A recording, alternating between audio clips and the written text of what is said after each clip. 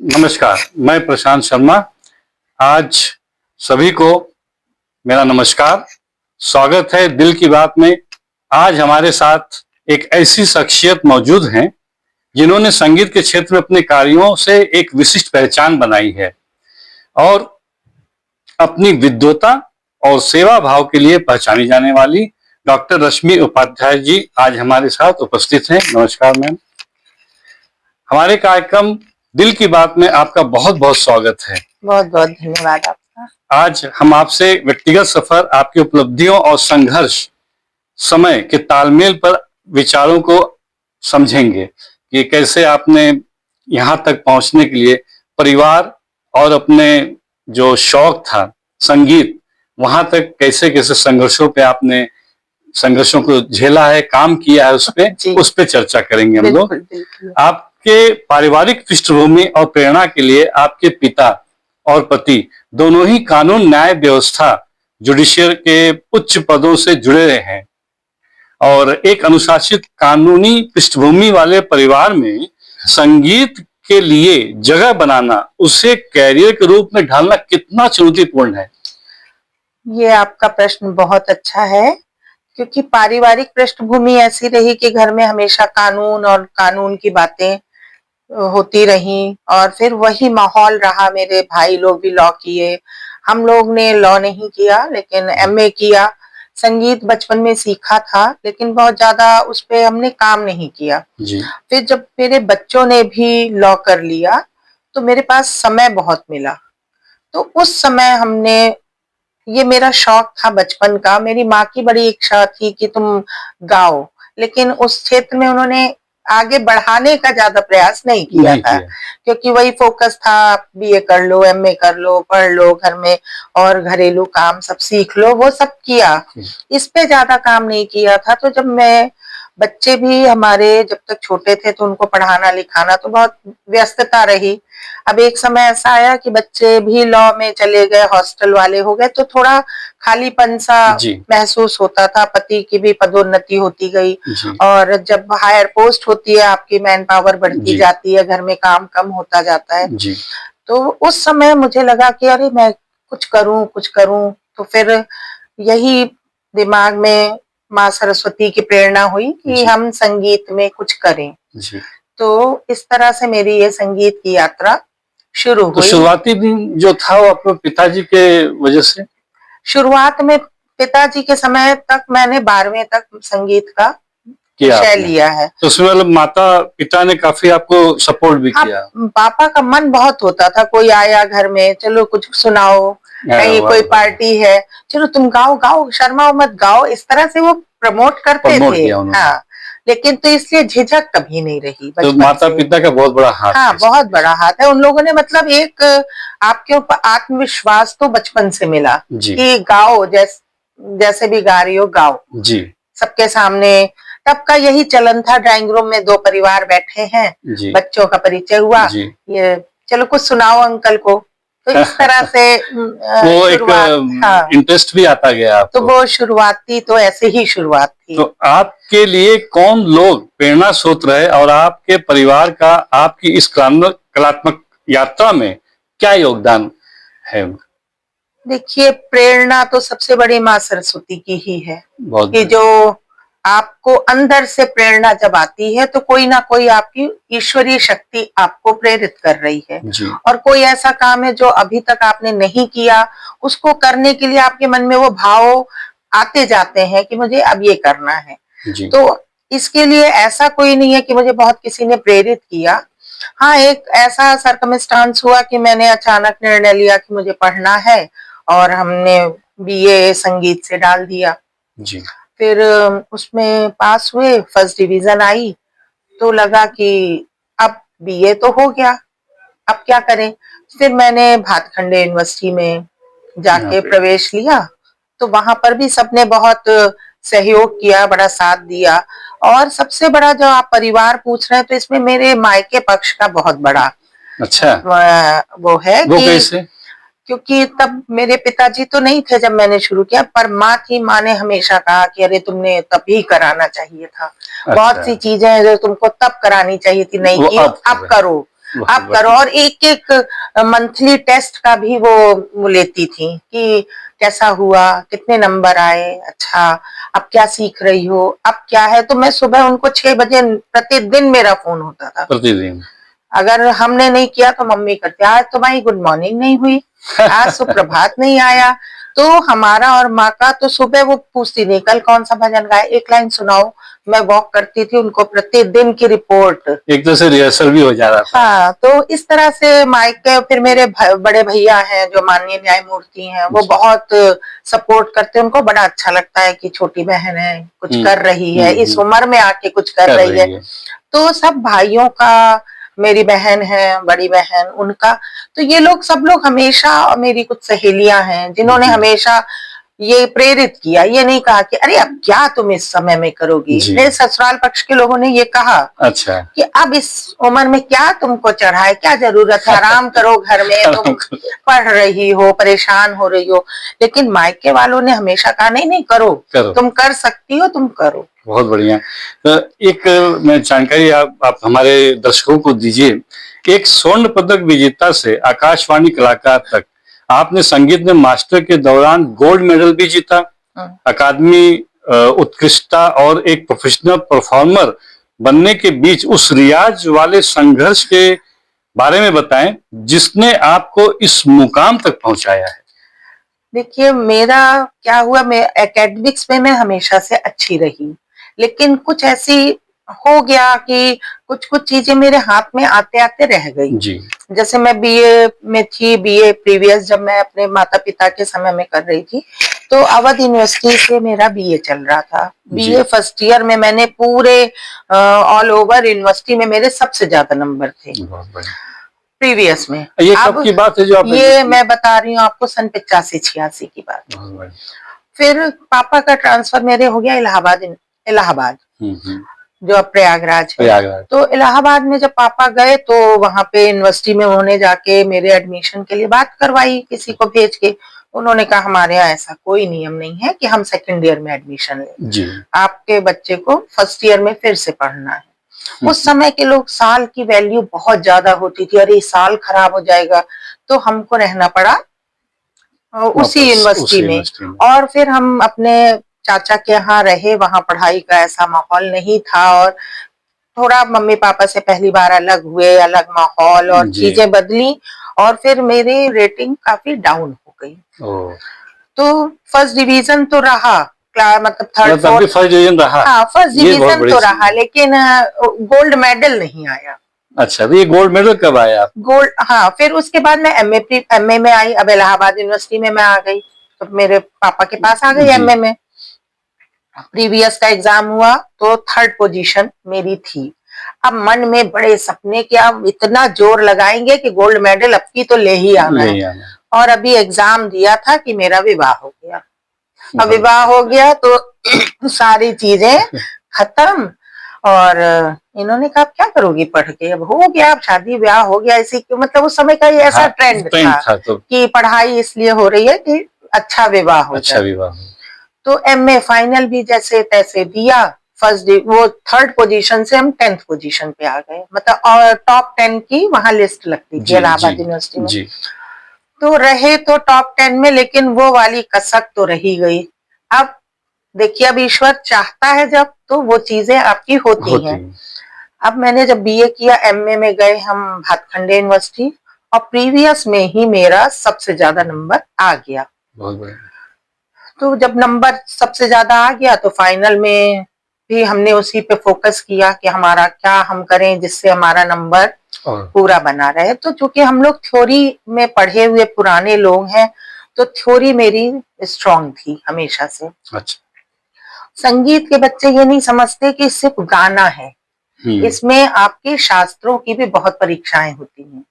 तो वो मैंने सब देख लिया कि क्या मेरा कमजोर है, क्या मजबूत है। इमोशनल भी होना चाहिए उसमें। इमोशनल तो होना ही चाहिए, और थोड़ा सा दिमाग खोल के अगर आपको नंबर लाना है जी, तो वो हमने देख के समझ लिया कि हम कहाँ पे ज्यादा काम करें। तो मैंने वाइवा पे, थ्योरी पे खूब तैयारी की और उसमें मेरे खुद सबसे ज्यादा नंबर आ गए। तो उससे मेरा दोनों साल सबसे हाईएस्ट नंबर रहा। तो फिर जाके वो जो 2 गोल्ड मेडल छूटे थे, मुझे एक साथ 2 गोल्ड मेडल जी, मिल 2 गए। गोल्ड मेडल हाँ, मिले, 2 बहुत मिले बढ़िया। और यहाँ पे मिले जाके भातखंडे में संस्कृति मिला, विश्वविद्यालय से। बहुत बढ़िया रहा। अच्छा, एक महिला कलाकार और एक पत्नी और एक माँ के रूप में कार्यक्रमों में आप जाती हैं, यात्राओं में आप जाती हैं और संगीत की निरंतर साधना के बीच ये संतुलन जो आप बैठाती हैं, तो ये इसमें किन चुनौतियों का सामना करना पड़ता है आपको? देखिए, अब एक ऐसा समय आ गया है कि मुझे बहुत चुनौतियाँ अब नहीं कह सकती। जब बच्चे छोटे होते हैं तब आपको ज़्यादा चुनौती है। अब हमारे बच्चे ग्रोन अप है, बेटी का विवाह हो गया है, बेटा अपना काम कर रहा है। शुरुआती दौर में? शुरुआती क्योंकि मेरा है ही ये सेकंड इनिंग, तो ओके। तो मुझे कभी वो वाली परेशानी नहीं नहीं हुई आई। कि बच्चों के लिए कोई दिक्कत हो। तो दोनों मैच्योर थे, बस ये लोग लॉ ग्रेजुएट हो गए थे तब तो मैंने शुरू किया है। नहीं, जैसे सर भी जो हैं वो न्यायमूर्ति रहे हैं, हाँ। तो वो भी अपने काम से जाते हैं, अब उनको भी नाश्ता देना हाँ, है, वो बच्चों को भी, भाई कॉलेज तो हम जाते लोग होंगे, का तो जी, उनको भी देना, वो जो चुनौतियां थी तो वो कैसे वो मैनेज करती थी? ऐसा हुआ कि टाइमिंग ऐसी सेट हो गई कि जब मैं भातखंडे यूनिवर्सिटी गई तो वहां की टाइमिंग 12 बजे से थी। जी, 12 से शाम के 5 जब हम क्लासेस करते थे। जी, तो 12 बजे तक आपका सब कुछ सेट हो हो ही जाता जाता है। है। लंच जाना है, वो आधी तैयारी हो गई जो बची थी, जो घर में है सर्वेंट है वो करके साहब का ले जाएगा लंच जी, और हम अपना यूनिवर्सिटी चले गए। 5 बजे आए तो उसके बाद फिर सब कुछ मैनेज हो गया। तो धीरे बच्चे भी वही आते हाँ, थे? बस उसी समय सब कुछ ऐसा कुछ पड़ा नहीं। मतलब ये ईश्वर का आशीर्वाद है हाँ, कि सब सब कुछ चीजें सिस्टमेटिक सिस्टमैटिक भगवान ने बनाते चले गए आपके मिलता लिए। चला गया, कोई ऐसी परेशानी नहीं आई इसमें। बहुत बढ़िया। अच्छा, शास्त्रीय संगीत बनाम आधुनिकता आज का समय चल रहा है। आज के दौर में जब युवा पॉप रैप की ओर भाग रहे हैं, आपने पारंपरिक संगीत लोक सम्मान को चुना। इस रास्ते पर चलते हुए कभी ऐसा लगा कि आप धारा के विपरीत तैर रही हैं? देखिए, मैं जब क्लास कर रही थी तो वो मेरी शुद्ध शास्त्रीय संगीत था। जी, शास्त्रीय संगीत में मैं कह सकती हूँ कि जितना हमको समय देना चाहिए और जितनी साधना है, उतना शायद अब मेरे लिए संभव नहीं था। जी, और लोक संगीत हमेशा से मुझे आकर्षित प्रभावित किया। करता था। हम बीच में कुछ नहीं कर रहे थे लेकिन हाँ, किसी के यहाँ विवाह हुआ तो विवाह के गाने गाते थे। जी, किसी के यहाँ बच्चा पैदा हुआ, अपने घर परिवार में शादी विवाह तो बन्ना-बन्नी गा रहे हैं, सोहर गा रहे हैं, तो वो हमेशा से एक दिमाग में था। हाँ, तो ये लगता था इसको और अच्छे से हम गाएँ। तो शास्त्रीय सीखना मेरे लिए वरदान इसलिए हुआ कि हम लोक संगीत में अपने उसको हम अच्छे से गा सकते हैं।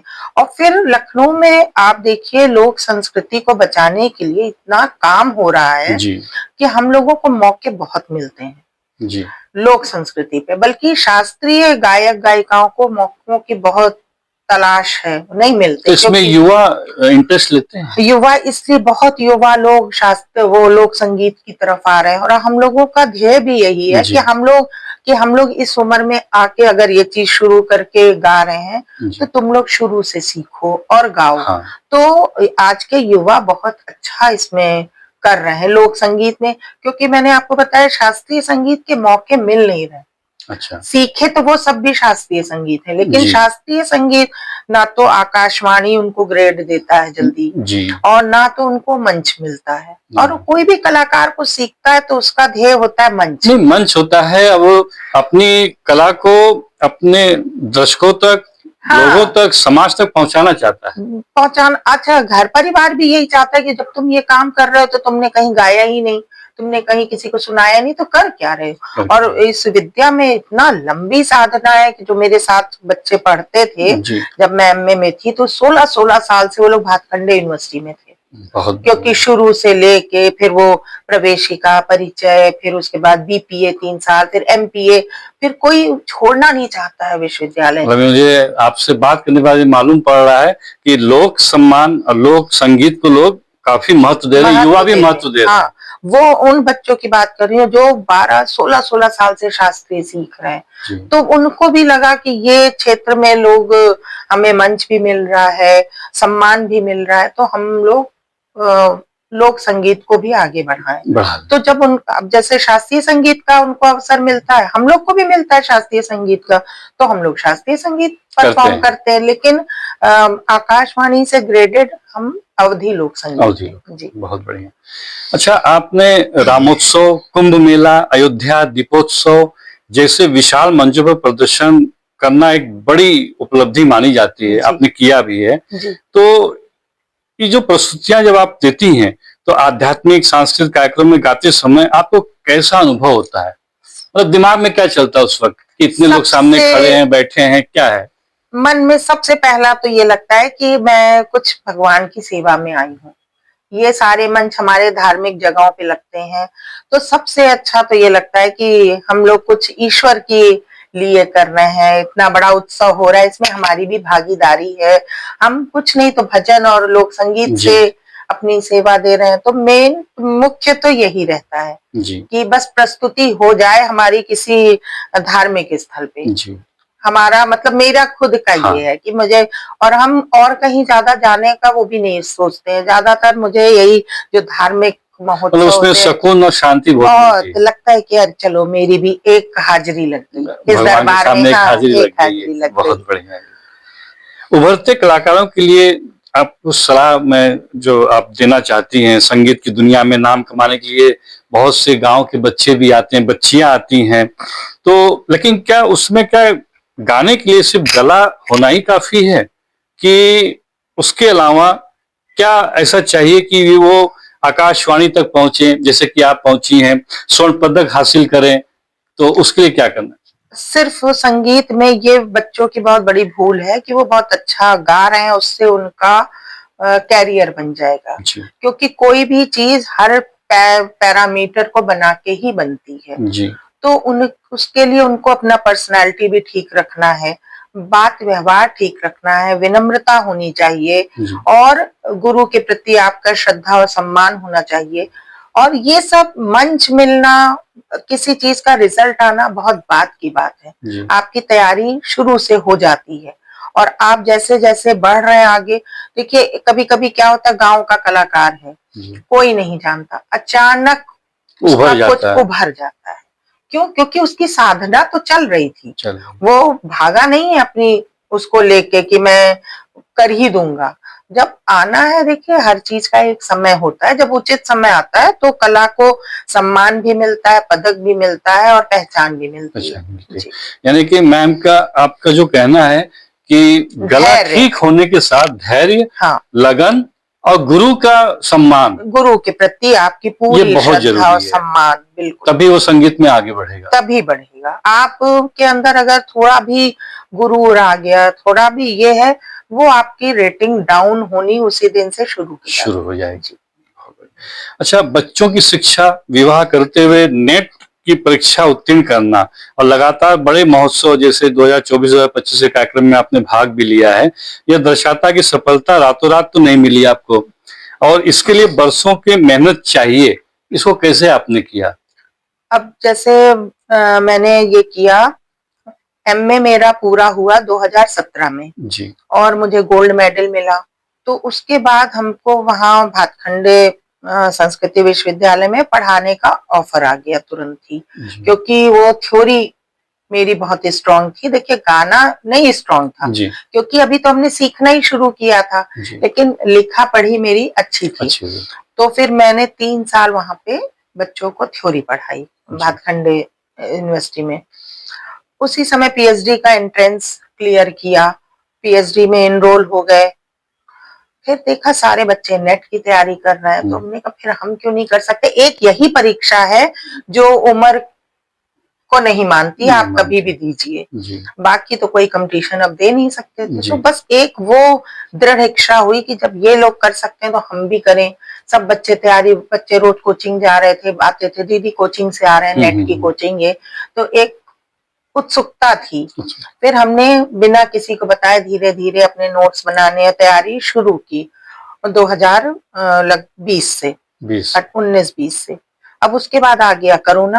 हम्म। हमें बहुत टाइम मिला, टाइम इसलिए मिला कि ना कहीं जाना ना आना, घर में अपना नोट्स बनाना। तो 2-3 लड़कियों का हमारा एक वो बन गया ग्रुप, हम जी, लोग टेलीफोन के थ्रू कॉन्फ्रेंस कॉल पे एक दूसरे को पढ़ाना, सुनना, ऐसे ऐसे करके सारा मेरी रियाज करना उसी पे सब रहा। थ्योरी, थ्योरी नेट में थ्योरी आती है केवल, ठीक है। थ्योरी अपना पढ़ते थे, रटते थे, सुनाते थे।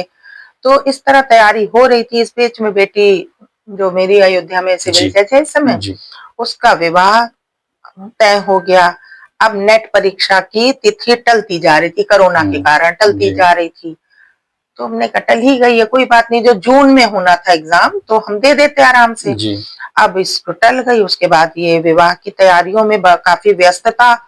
और हमने कहा आप किसी को बताएंगे नहीं कि मैंने पेपर भरा है, क्योंकि हर 6 महीने पे होता नहीं, है। घर में आपने किसी नहीं बताया? किसी को नहीं पता था कि मतलब मेरा, बेटे को नहीं किसी पता, को भी नहीं पता पति को कि नहीं मेरा पता, किसी फॉर्म को पता भरा नहीं। हुआ है ये नहीं, क्योंकि उस समय माहौल शादी विवाह का था। अब उसमें हम अपना क्या ना पढ़ पाए, तो हमने कहा छोड़ो। अब एग्जाम टलते टलते टलते ऐसा हुआ कि 29 तारीख को मेरी बेटी का सारे फंक्शन थे और डेट आ गई 25 तारीख, 25 नवंबर को नेट की परीक्षा है। जी तो हमने किसी को बताया नहीं। अचानक मेरी बेटी चली गई अपने सर्विस पे कुछ साइन वाइन करने, वो भी यही थी। अच्छा। वो चली गई तो बेटे से ऐसे हमने कहा कि नेट का एग्जाम है परसों, लेकिन अब की हम देंगे नहीं। तो उसने कहा क्यों नहीं देंगी? हमने कहा अरे अब कहाँ 6 महीने से कुछ पढ़े नहीं। तो कह रहे 3 साल से 2 साल से तो पढ़ रही थी ना, वही सब आता है, कुछ नहीं, आपको एग्जाम मैं उठा के ले जाऊंगा। हमने कहा अच्छा। अब उसने जब ये किया तो अब हमने कहा चलो एक बार सारे नोट्स पलटे, और 25 तारीख को घर में तब भी किसी को नहीं पता, सिर्फ बेटे को पता है, मुझे पता और है। बच्चे ने आपको हिम्मत भी दी? हाँ, वही लेके गया, बाराबंकी साइड में मेरा सेंटर था, और हम लोग एग्जाम दिला के 12:30 बजे हम फ्री हो गए। तब इनका फोन आया, कहाँ, ये सोचे मैं पार्क वार्क में वॉक कर रही हूँ। कह रहा कहाँ हो इतनी देर से? हमने कहा बस आ रहे हैं, तो ये कुछ सामान था, बोले भूतनाथ से ये सामान डिलीवरी होनी है, लेके आना। घर में आते ही अपना सब प्रवेश पत्र वगैरह रख दिया, हमने कहा देखा जाएगा। और उसके बाद हम अपना विवाह वगैरह सब अच्छे से संपन्न हुआ। रिजल्ट आया 1-1.5 महीने बाद, तो मतलब हाई मेरिट से मेरा नेट क्लियर हुआ। हमने कहा देखो ये एक्चुअली लगन है, माँ सरस्वती की कृपा। हाँ, और तैयारी चूंकि सॉलिड हो चुकी थी पहले से, वो टलता गया, तैयारी चलती रही थी। तो उसमें वो मल्टीपल चॉइस क्वेश्चन आते हैं, तो आप जब आंसर आपको आता है तो वो सही आंसर पे ही आपका ध्यान जाता है, तो फिर हो गया। तो अगर यहाँ पे बच्चे को क्रेडिट मिलना चाहिए कि उसने आपको हिम्मत दी, क्योंकि उसी को बताया और बताने का मौका मिला ऐसा कि अब चलो घर में हम ही लोग हैं, तो ऐसा चर्चा हुई। जी जी, बहुत बढ़िया। अच्छा, आकाशवाणी की बी ग्रेड कलाकार और मीराबाई लोक सम्मान से सम्मानित होने के बाद अब आपका अगला लक्ष्य क्या है? ऐसा कुछ सोचा है आपने?